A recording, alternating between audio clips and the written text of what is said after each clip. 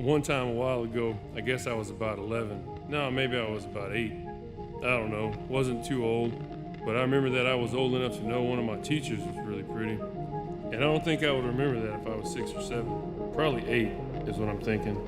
So I was 8 years old, and my cousin was with me. This was in East Texas during the summer, and I had a stick about 3¼ foot long with me, and we went out to the east end of my uncle's pasture.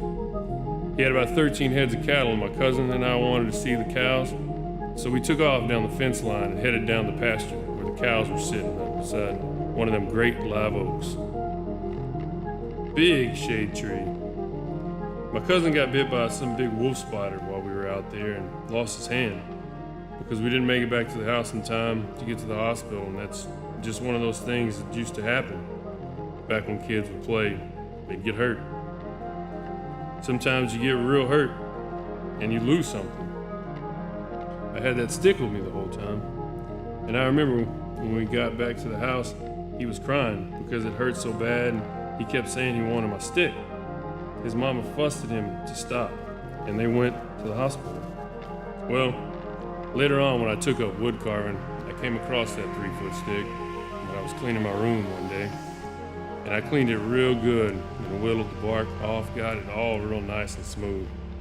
There was a big knot on the end of her. Well, not really a knot, just kind of a wider piece that looked like a knot. I took to carving that with my Boy Scout knife I got when we went camping down in Laredo, Texas. And I carved out a little hand.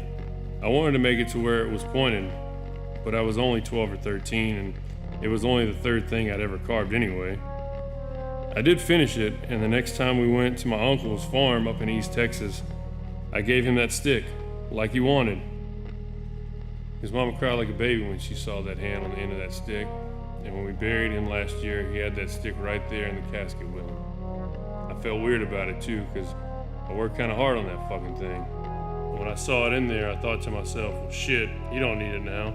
It kind of pissed me off watching him lower him down in the dirt with my good old stick I made for him. I mean, hell, they could have given it to one of the kids or one of the kids' kids or something. Travis, when are we leaving? When we leaving? Guess we should probably get on the road about 8:30 so we don't get caught in any traffic. Does that sound about right? When we get there, I'm gonna have to meet Anna at the pharmacy so I can give her these flowers. Thought she wasn't working there anymore. I don't know the whole story, but she said to meet them over there before we go to the game. Did you get the yard cleaned up like I asked you to? Or did you just sit on your butt and drink coffee all morning? Oh shit, I forgot to get coffee at the store. I guess I'll get that at the pharmacy too. You ready to go?